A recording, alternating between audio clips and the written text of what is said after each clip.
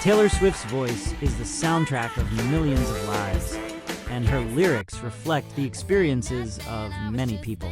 Swift's music has had a huge impact on the entertainment industry. Let us try to know in today's video how Taylor Swift masterminded global success. If you like the video, please like, share, and subscribe. Start the video. Childhood of Taylor.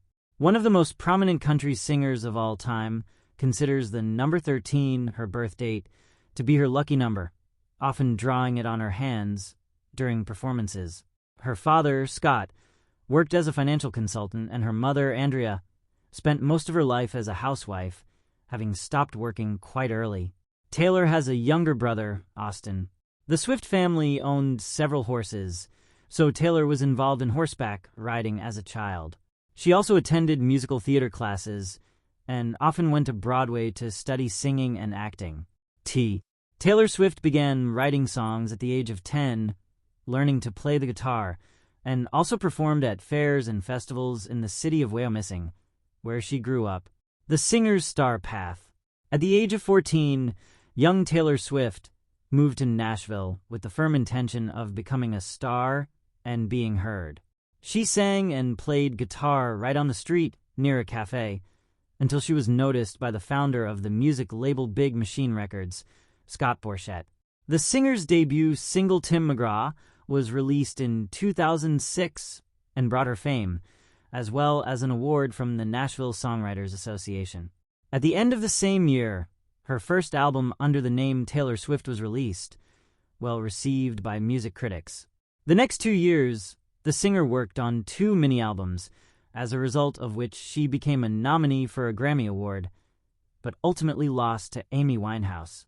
The next album, Fearless, was released on November 11th, 2008, and became a real explosion in the U.S. music industry. It took first place on the Billboard Music Album chart and became 6-time platinum in the U.S. and 5-time platinum in Australia.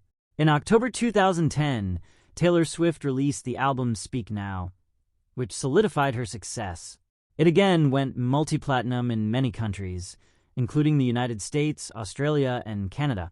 In support of it, Taylor went on a 111-date world tour. In early 2012, the singer worked on songs for the soundtrack to the film The Hunger Games. The song Safe and Sound from this album was nominated for a Golden Globe Award, but lost to Adele's Skyfall, the theme to the film 007, Skyfall. Taylor Swift's 4th full-length album was released in October 2012.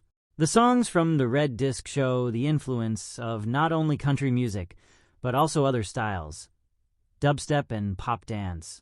People who helped the singer work on her 4th album believe that this is a big step towards pop stardom and worldwide recognition. A world tour has been organized in support of Red. In 2014, the album 1989 was released, which became the singer's 3rd album to sell millions of copies. 3 years later, the album Reputation continued the winning tradition. It was also the last one released by Big Machine Records, since the singer's contract with it ended. In 2019, Taylor Swift recorded the album Lover, the song Me, from which rose from 100th to 2nd place on the Hot 100 chart in 1 week. Now the singer is suing the old label for the rights to her first 6 albums. In addition, she became the highest-paid star, according to Forbes, earning more than $190 million in a year. Personal life. Taylor Swift's most famous romance was her relationship with Twilight star Taylor Lautner. The namesakes starred together in the film Valentine's Day in 2010, and after their breakup, the singer dedicated the song back to December to her boyfriend. By the way, jokes are already circulating about Taylor's habit of writing songs in honor of her past boyfriends. Taylor's other romances were quite short. In 2008, she spent 4 months with singer Joe Johnson. Several months in 2009, the artist dated John Mayer. 3 months in 2010 with actor Jake Gyllenhaal, and very briefly with Corey Monteith, and before that with his colleague from the series Glee, Cord Overstreet. 3 months in mid-2012 with Connor Kennedy, and 4 months at the end of 2012 with a member of the group One Direction, Harry Styles. But these are the names of only famous guys. One of Taylor's first singles, Tim McGraw, was dedicated to a breakup with a guy named Brandon Borello. The song Picture to Burn tells about an affair with a certain Jordan Alford. Should Have Said No was written after the singer was cheated on by a guy named Sam Armstrong. How Taylor Swift masterminded global success explained. Her music. We can't talk about Taylor Swift's success without acknowledging her preternatural ability to write songs that are familiar yet distinctive, accessible but not trite. Associate Professor and Chair of Popular Music, Toby Koenigsberg, says. It's important to emphasize that it's incredibly difficult to write a song like the songs Taylor writes, he adds. It's difficult to do even one time. To do it across an entire album is much harder still, and she has been doing it on album after album for close to 2 decades now. Taylor Swift is really good at writing music. Associate Professor of Music Theory Drew Nobile notes. That's indisputable. She knows how to craft a melody. The subjects of her songs are very relatable. I'm a 38-year-old male, and I can listen to her songs, even though she wrote when she was 20, and connect with them. Her versatility, from country to pop to indie folk, Swift has expertly navigated switching genres throughout her career. Nobile and Koenigsberg say this ability to evolve is difficult to master, yet she did, and managed to still sound like Taylor. Originally a country artist, she first dipped her toe into pop with the album Red. She collaborated with Max Martin, a highly respected producer and songwriter, on the album. With a resume packed with mega hits such as Britney Spears, Baby One More Time, and the Backstreet Boys' I Want It That Way, Martin co-wrote and produced 3 songs on Red, including Swift's #1 pop hit, We Are Never Ever Getting Back Together. While pop in nature, Red still incorporated banjo instrumentation, and Swift maintained her country twang. In an unprecedented move, Swift almost entirely abandoned the country genre with her next record, 1989, Koenigsberg notes. Rather than the gradual evolution over a period of a few albums that you might expect, she transitioned quickly, he observes. And when she did it, she knocked it out of the park. A new Taylor in a new genre emerged fully formed, and already at its artistic zenith. Swift, however, continues to tap into her country roots through her expert storytelling, a hallmark of country music.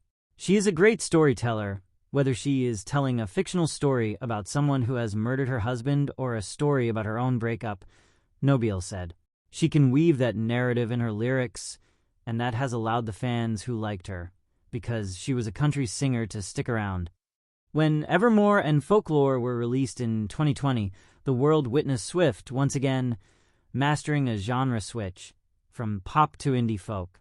Oftentimes fans will rebel if artists stray from their original genre, and somehow she's avoided that, and it's incredible, Nobile added.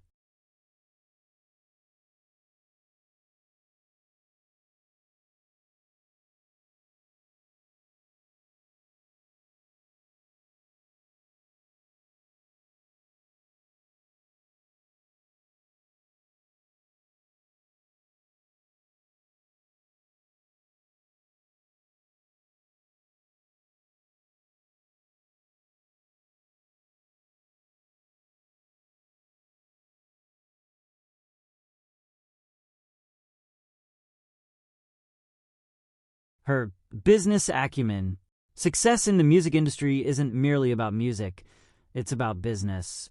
And Taylor's business skills are prodigious, says Koenigsberg. From her ability to expertly craft her brand to her strategic moves, she has proven to be both a successful artist and businesswoman. For example, her decision to produce a film of her Eras tour had phenomenal results. The movie that went to the theaters in October is the highest-grossing concert film, Forbes, earning $92.8 million in its opening weekend.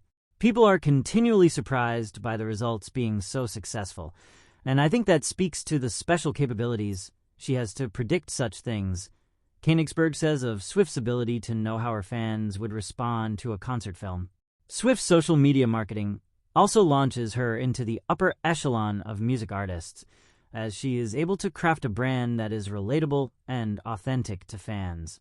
She did it from the beginning, connecting with her fan base on social media in the country era, which was unusual at the time.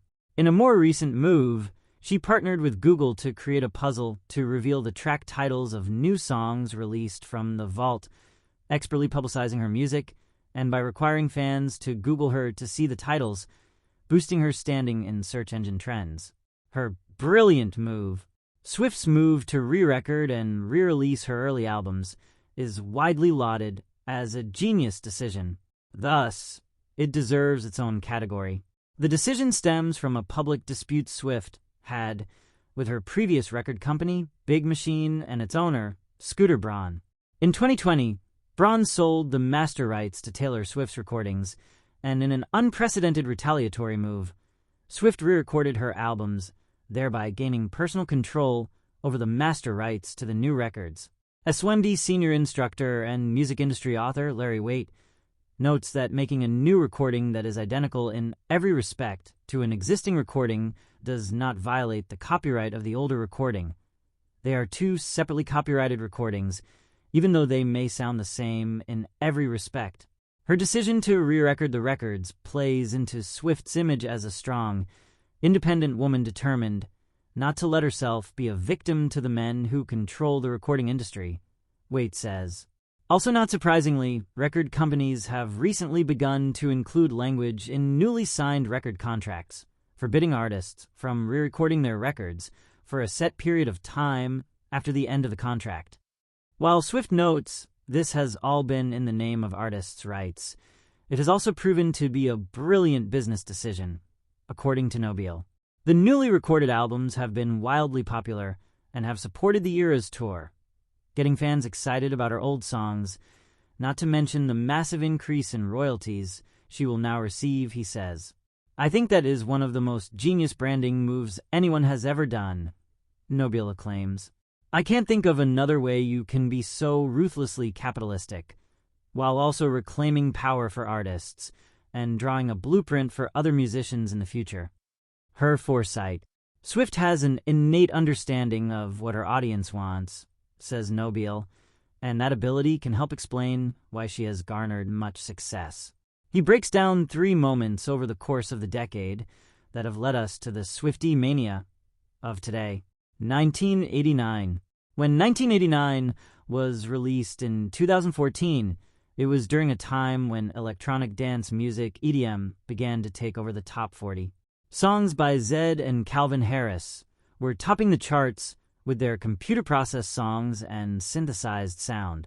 Due to EDM's increased popularity, Nobile says music lovers were craving something that satisfied a desire for dance-y pop music, yet was also an authentic expression of an artist's persona.